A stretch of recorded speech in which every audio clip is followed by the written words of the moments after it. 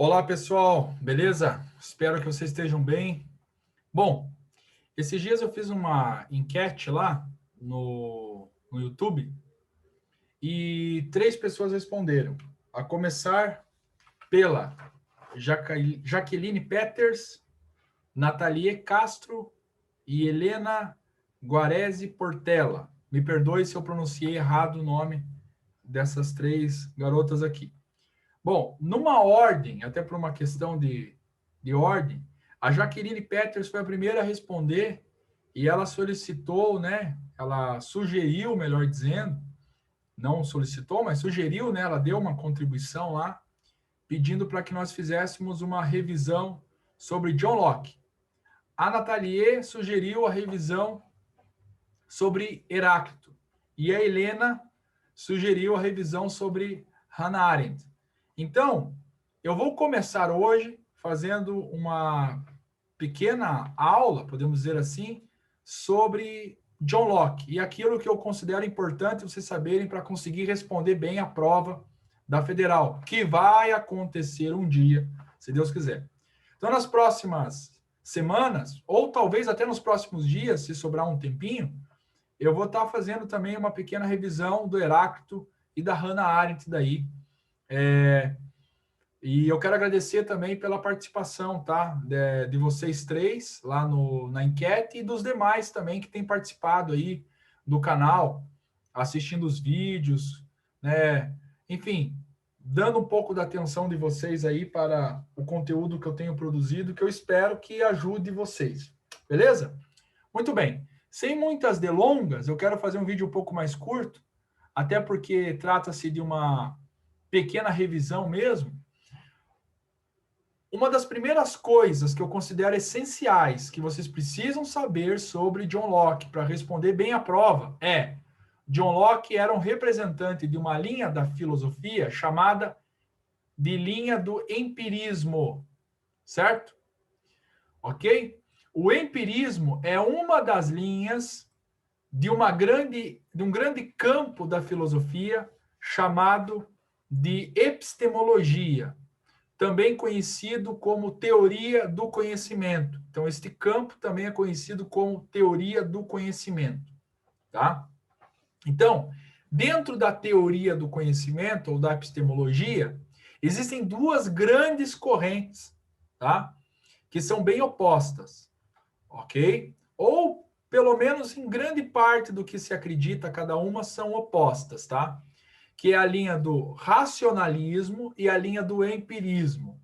Entre os racionalistas, podemos citar Platão, Descartes, Leibniz, enfim, muitos outros pensadores aí que acreditam que a razão é capaz de possuir algumas ideias que são inatas. Ou seja, o conhecimento pode começar a partir da razão, porque existem ideias que são inatas, que já nascem com o indivíduo.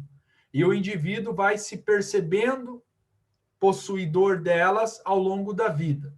Platão acreditava nisso, defendendo a ideia, por exemplo, não só da imortalidade da alma, mas da eternidade da alma, de que as almas elas reencarnavam nos corpos. E justamente por causa do ato de reencarnar, de passar a habitar um corpo limitado, as almas se esqueciam do conhecimento adquirido no mundo das formas e das ideias. Então, portanto, a educação seria um ato de relembrar, um ato de reminiscência, de conhecer ideias inatas, ideias, portanto, que já nascem com o indivíduo. O René Descartes, por exemplo, ele chegou à conclusão de que o racionalismo era possível pelo famoso cogito ergo sum, ou seja, a ideia do penso, logo existo. Ou seja, para ele, penso, logo existo é uma ideia da qual não é percebida pelos sentidos e da qual não se pode duvidar. Portanto, é uma ideia já presente na cabeça do indivíduo. Por isso que eles são considerados racionalistas. O Leibniz também acreditava em ideias inatas, mas eu não vou discuti-lo, primeiro porque eu não conheço muito sobre a filosofia dele, segundo que não é objetivo aqui. Então, eu só falei desses principais nomes do racionalismo e também falei um pouquinho sobre o que é o racionalismo, essa ideia de que a partir da razão Existem conhecimentos seguros, tá? Para fazer o oposto ao empirismo. O empirismo, por sua vez, pessoal, experiência, sentidos, ou seja, é através dos sentidos que o indivíduo conhece o que ele conhece. Então, a primeira forma de conhecer é através da sensação, dos 5 sentidos externos trabalhando com a razão, certo? Então, ou seja, um conhecimento seria fruto de uma experiência sensível trabalhada internamente. Então, os empiristas não descartam a razão no ser humano. Tomem cuidado com isso. Os empiristas não dizem que os seres humanos não são racionais. Não é isso. Eles dizem, no entanto, que o conhecimento começa nos sentidos e pode ser aprimorado com a inteligência humana. Então, isso tem que ficar muito claro. Aliás, a própria inteligência humana se desenvolve através das sensações também. Muito bem. Para John Locke, portanto, que é considerado um empirista crítico, porque ele foi muito mais radical que muitos outros empiristas, no ser humano não existiria nenhuma ideia inata. Prestem atenção nisso aqui. Nenhuma ideia inata. O ser humano, portanto, seria uma tábula rasa, certo? Como diziam os empiristas, não há nada na mente, não há nada no intelecto sem que antes tenha passado pelos sentidos, sem que antes os seres humanos não tenham tocado, cheirado, visto, certo? Experimentado, degustado e trabalhado internamente para formar ideias. Então, o ser humano nasce como uma tábula rasa. Então, o nenenzinho lá, quando nasce, ele nasce sem conhecimento nenhum, com uma folha em branco. E ao longo da vida, por causa das experiências que ele tem com o mundo, das sensações, ele vai conhecendo aos poucos as coisas e começa a defini-las. E também separando o que é uma coisa, o que é outra e coisa do tipo. Então, muito importante esse conceito da tábula rasa. Um outro ponto importante é: não há universais. Se o conhecimento não é inato, não existe um valor universal, um conhecimento universal. Por que eu estou falando isso aqui para vocês? Porque alguns empiristas, tá? Embora acreditem que o conhecimento ele surgia a partir dos sentidos, para alguns empiristas existem algumas ideias ou alguns princípios que são experimentados por todos os homens, como a ideia de Deus, por exemplo. Alguns empiristas defenderam isso, tá? No entanto, para John Locke, nem mesmo a ideia de Deus é uma ideia que é uma ideia inata, que pode ter os seres humanos podem ter uma noção de Deus em todos os povos, em distintos momentos. Se não for apresentado a esses indivíduos a ideia de Deus, ou a não ser que esses indivíduos cheguem à ideia de Deus a partir de experiências empíricas, experiências sensoriais do mundo ao seu redor. Por exemplo, homens em distintos povos podem chegar à ideia de Deus observando a natureza, a perfeição da natureza, causa e efeito, o movimento. De forma metafísica, portanto, a partir das coisas, eles podem concluir que existe algo para além delas, certo? Que deu origem a elas, etc e tal. Mas a ideia de Deus pronta, acabada, certo? Ou próximo disso, como nós conhecemos hoje, não. Para John Locke, nem mesmo a ideia de Deus. E também, consequentemente, também não é possível ter ideias como justiça, honestidade, etc e tal. O John Locke até dá um exemplo do argumento que ele utiliza para isso, é o seguinte. Por que a moral ela muda de um povo para o outro? Por que a moral não existe assim um valor moral idêntico para povos que não se conheceram, por exemplo? Tá? Porque se a moral fosse inata, ou se os valores fossem inatos, alguns valores seriam idênticos, alguns princípios morais seriam idênticos, né? Ok? Mas por que não são idênticos? Porque cada um construiu os seus valores a partir das suas experiências locais. Então percebam que para John Locke não é apenas as coisas materiais, físicas, que são conhecidas a partir e definidas a partir da sensação. a partir da percepção, mas também valores, ideias mais complexas, como a ideia de Deus mesmo. Muito bem. Desta forma, existe no ser humano alguma coisa que é inata? Sim. Para John Locke existe a capacidade de conhecer, certo? Que é a capacidade de desenvolver a razão, certo? Então, não existem ideias inatas. Não, as ideias não existem de forma inata. Mas existe a capacidade que vai sendo desenvolvida, inclusive, ao longo da vida.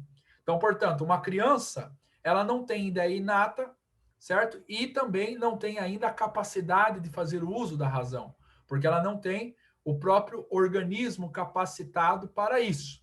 A partir do momento que ela vai desenvolvendo a capacidade para o uso da razão, ela pode começar a aprender, certo? A distinguir as sensações que ela possui desde a infância, inclusive, né? Então, ideias, não. Capacidade, sim. Porque se as ideias fossem inatas, independente da capacidade da razão estar no ser humano, desenvolvida, bom, uma criança já poderia falar de coisas abstratas, já poderia falar de coisas mais complexas. O próprio John Locke trata isso, né? Ok?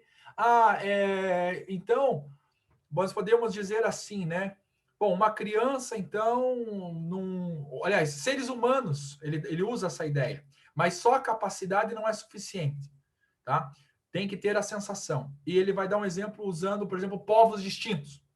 Por que um povo tem uma ideia de Deus de uma forma, outro povo tem uma ideia de Deus de outra forma, ou uma ideia moral, uma ideia de justiça, um valor, um costume, e outro povo tem outro, certo? Mesmo estando na mesma idade, por exemplo, homens de 30 anos numa tribo e homens de 30 anos numa outra tribo, por que em uma tribo existem alguns valores e na outra tribo não existem aqueles valores? Porque, segundo John Locke, não foi apresentado aqueles valores pela experiência. Portanto, só a capacidade não é suficiente também para desenvolver um conhecimento.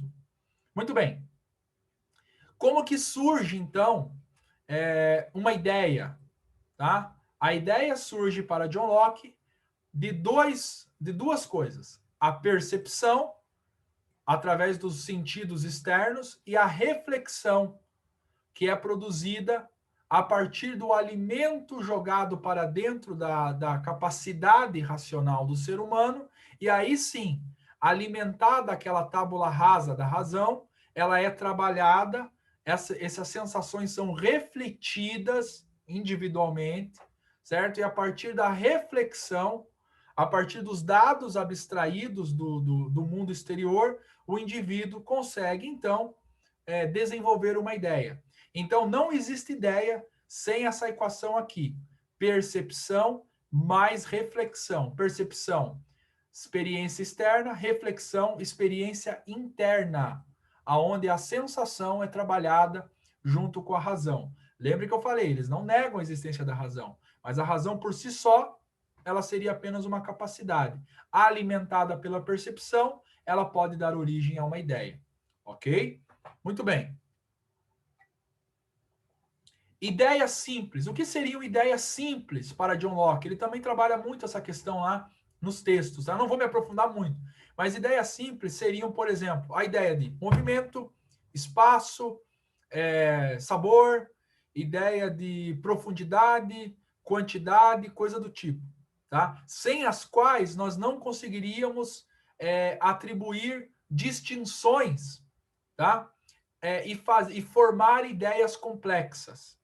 Tá? A textura também é uma forma de ideia simples. E o que seriam as ideias complexas? As ideias complexas surgiriam da junção de duas ou três ideias simples. Então, por exemplo, você pega uma maçã. A maçã tem cor. Cor é uma ideia simples, podemos dizer assim, uma noção simples, tá? Juntando essa ideia da coloração, mais a ideia da textura, mais a ideia do fato da maçã ser um objeto não, mas uma fruta sólida, certo? A ideia do sabor, a ideia dela ser um vegetal, coisa do tipo, a junção dessas muitas ideias simples me fazem definir aquilo como uma maçã. e não como uma água viva do mar, por exemplo.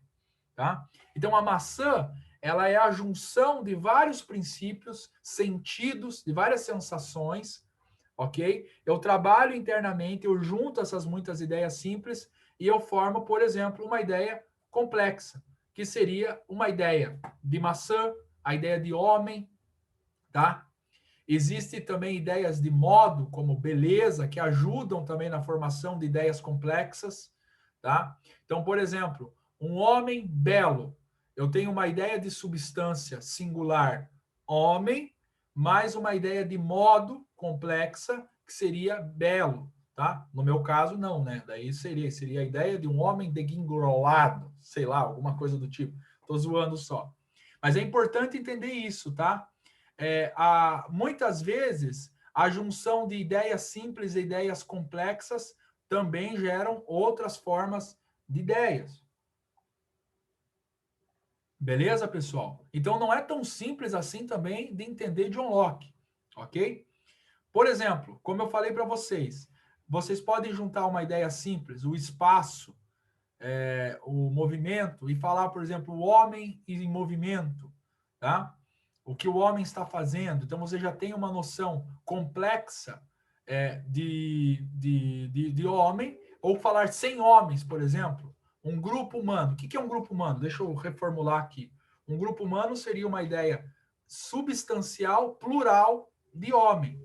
O homem, por sua vez, ele surge da fusão de ideias simples mais, né, ideias complexas, como, por exemplo, o homem tem que ter um olho, que já é uma noção complexa. O homem tem que ter uma cabeça, que também já é uma noção complexa. Então, a junção de ideias simples mais complexas, homem. A junção de vários homens, na minha cabeça, eu crio uma ideia de substância coletiva. Um homem, uma ideia de substância complexa singular. Não sei se ficou claro. É difícil pra caramba, John Locke, não é tão simples assim. Não precisa concordar com ele também, como eu falei. Mas o mais importante de tudo aqui, o mais importante de tudo, tábula rasa, empirismo, não há universais, tá? Há somente a capacidade de conhecer no ser humano, ok? Uma ideia é fruto de uma percepção mais uma reflexão. Pode existir ideias simples e ideias complexas, tá? Ideias simples, mais complexas, geram objeto do pensamento. O que é o objeto do pensamento? É um conhecimento. É uma outra ideia interessante. A ideia é um objeto do pensamento, tá? Então, o pensamento para John Locke seria mais ou menos como um armário, certo?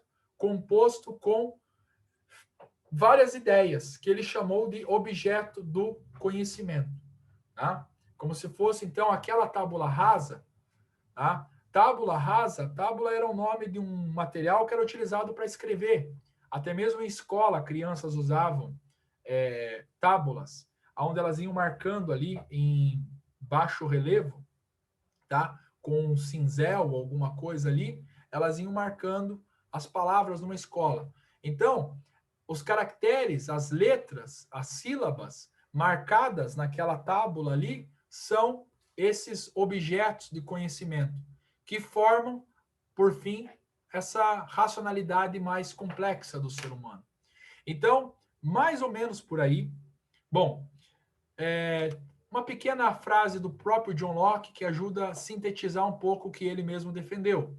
Conhecimento consiste na percepção do acordo ou desacordo, porque a racionalidade do ser humano gera tem essa capacidade de distinguir os dados que entram, por exemplo, distinguir uma maçã de um cavalo, a maçã de um cachorro, por exemplo. Isso só é possível porque eu conheço todas as ideias simples e complexas que formam esses dois seres distintos, tá? Esses dois entes distintos, né? Então, de suas ideias. Parece-me, pois, que o conhecimento nada mais é do que a percepção da conexão e acordo, ou desacordo e rejeição. A partir do momento que você tem definido uma ideia, você sabe se ela é equivalente a outra ou não. E é assim que se forma a epistemologia de John Locke em linhas gerais. Isso aqui é bem superficial que estou falando, tá, pessoal? Muito bem. De quaisquer de nossas ideias. Bom, eu creio que esses são os principais pontos que vocês têm que guardar na cabeça de vocês aí sobre o John Locke. Bom, no meu canal, que é esse canal aí que vocês estão vendo, tá? Tem aí alguns vídeos um pouco mais aprofundados sobre John Locke, de algumas aulas que eu fiz aí um tempo atrás, vocês podem pesquisá-las também. Bom, dito isso, dos primeiros livros que tratam de coisas relacionadas ao empirismo, ao racionalismo, é a Bíblia Sagrada, pessoal, tá? O que a gente percebe nos filósofos gregos é que eles conseguiram sintetizar isso, sintetizar não, eles conseguiram se aprofundar nisso com um objetivo filosófico, tá? Mas percebam o que diz esse salmo aqui, ó. Os céus declaram a glória de Deus, o firmamento proclama a obra de suas mãos. Olha que interessante isso. Aqui está literalmente demonstrado que a partir da natureza, a partir das sensações, os seres humanos podem ter uma ideia de que existe um Deus, de que existe um ser criador por trás de todas as coisas. Foi desta forma que John Locke disse que o ser humano pode ter uma noção da existência de Deus. Olhando na natureza, os seus elementos, as suas conexões, a causa e efeito, a própria beleza, tá? O ser humano, então, fazendo uso da sua razão, poderia concluir a existência deste Deus.